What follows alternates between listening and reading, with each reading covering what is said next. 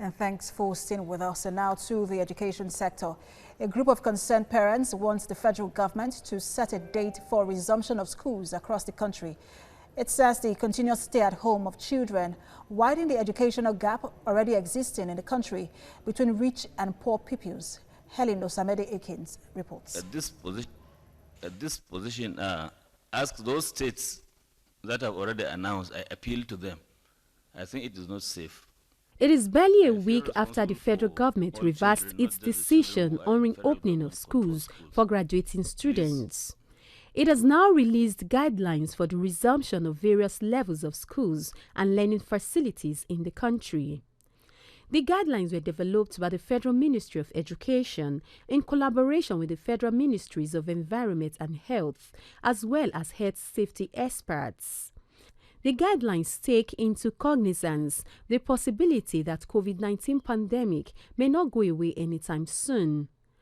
But the guidelines stop short of disclosing when schools will resume and only outlines actions, measures and requirements needed for safe reopening of schools. Education is already a huge problem in Nigeria. But the group is worried that there is still no set date for resumption.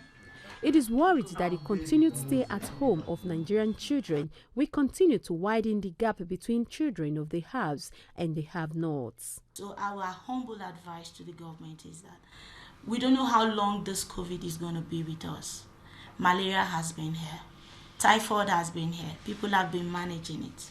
So now I want the government to see how they can put a lot of safety measures in place.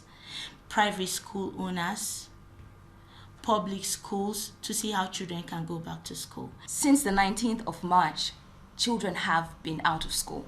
What is this causing? This is causing a gap within our society. Children that can afford to go online can go online.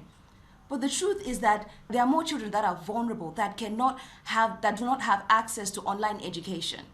The group also attributes the increase in rape cases to the continuous lockdown as it is exposing children to rape perverts. Playground schools used to be the safe space for most of the abused before, because most of the perpetrators stay back at home while the abused go to playground, go to school and playground and all of that.